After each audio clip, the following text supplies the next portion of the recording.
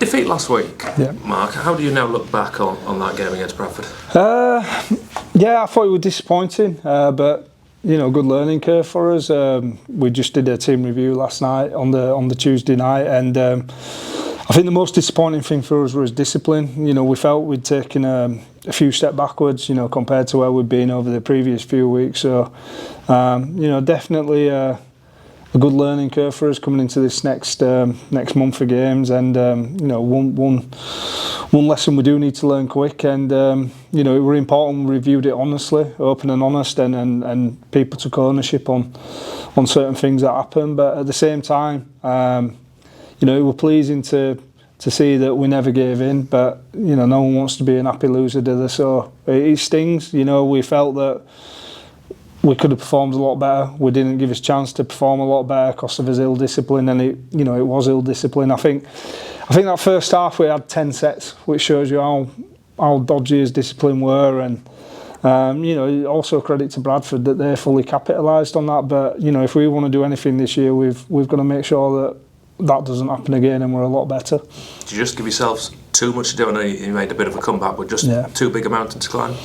Yeah, 100%. Any team that puts 30 on you before you start deciding to play is too much. So yeah, disappointed with it, but at the same time, I'm excited to see how we respond, and I've got full faith in the group to answer a few questions.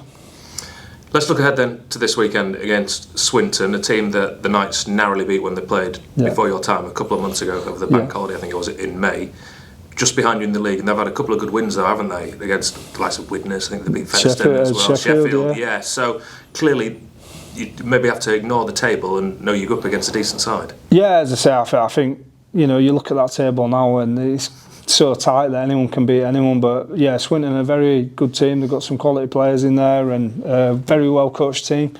We know how dangerous they can be. I think they narrowly just lost last week, 22-20 as well, and I thought they were a bit unlucky losing a couple of players there, and they ran out of a bit of firepower. So we're expecting a very tough game, but at the same time we need to focus on ourselves and making sure that we're at his own standard, and we're not looking over our shoulder thinking, well, we're not where we need to be. So it's getting that balancing act between the two. Look at your players, Will Dagger, Liam Harris. Any update on how long they're likely to be out for? Yeah, I think Liam's going to be another 8-week minimum. Dags, we're hoping possibly 4, depending how he's responded better than we anticipated.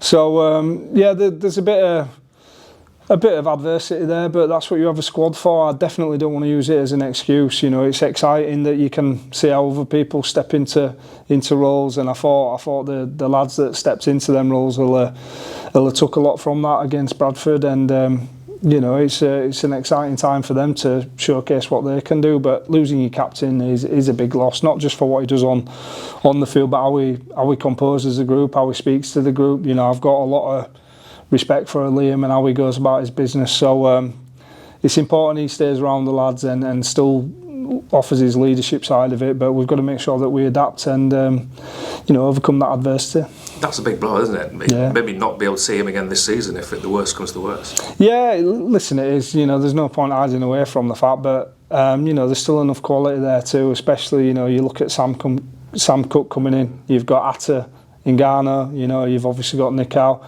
Young Potsy's come in, and he'll be a lot better for that game against Bradford. And there's combos we can go there, and it's just a case of hopefully keeping everyone fit and just getting some reps out on that training field. But I've got full faith that whoever we do name there will go out and execute the game plan, in whatever week it is. Crucial area of the pitch, isn't it? To lose both of them at the same time, that is a blow.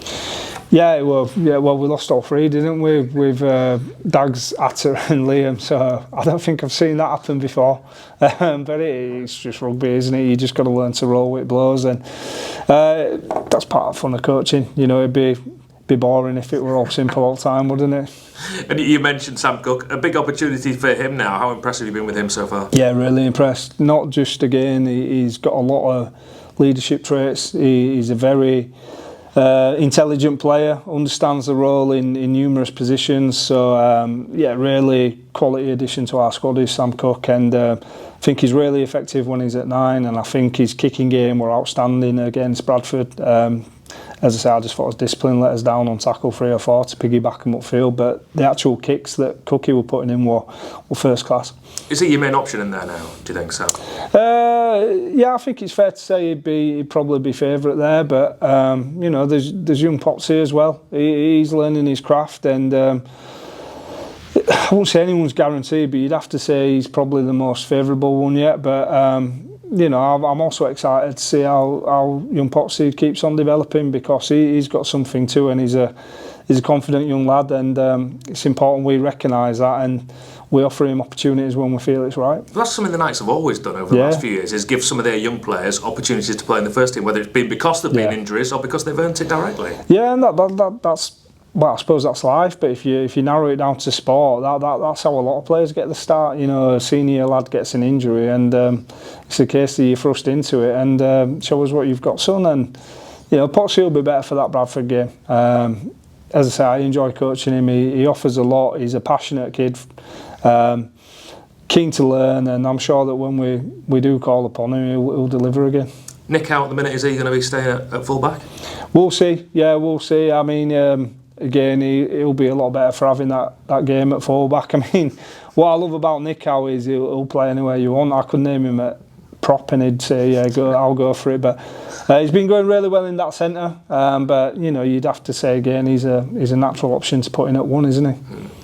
The rest of your squad then, anyone else like to be back? How's Atta getting on? Any other people? Atta should be back, all being well. You know, he would probably at a push could have played against Bradford. It was just more being smart and making sure that we didn't compound that.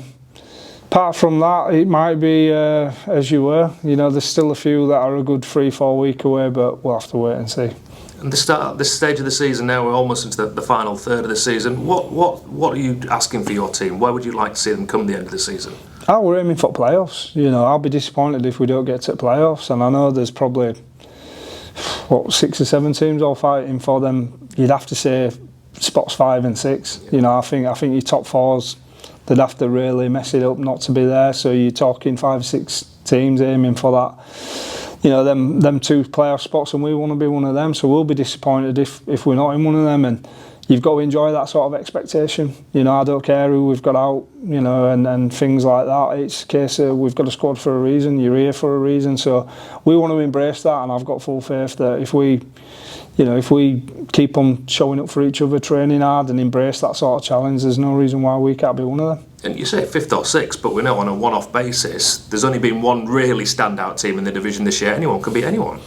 Yeah, it's shown. You know, Wakefield lost to Toulouse, which shows you that anyone can beat anyone. But yeah, listen, I'm not saying that we can't go for them top 4. I just think, you know, I think they're on 6 points difference, I think it is, if I remember rightly, to that 4. So realistically, you'd expect them to stay in the playoffs. But once you're in playoff, it's all bets are off. But you know, it's all right worrying about that. You've got to actually get in the playoffs first. So as boring as it sounds, Swinton's the next game. That's our focus. You know, we'll readdress after Swinton and then move on to the next game after that. What sort of particular threats do they offer then, Swinton, this weekend? They've got threats throughout. They play a lot of shape at you. They throw a lot of shape. You know, if you're slightly off and go dipping your toe in, you'll get punished for it. I've coached a couple of their lads. You know, I know about them, especially young George Roby at 9. If we're not set round that ruck, I know he's going to punish us. There's Ant Walker that were at Wakefield. He's got some play in him. You know, Hatton in the centres went really well, and I just think they're a very well-balanced team with danger throughout the field. So we'll be expecting best version of them, you know, and we'll be prepping for that, but we'll also be after a response for what we served up against Bradford. The table suggests it'll be a tight game. Do you think that'll be the case? I hope so. You know, that's what you want to be involved in, especially coming into this final third. You need tough games. Yeah. You know, you need them games that's going to battle hard in you.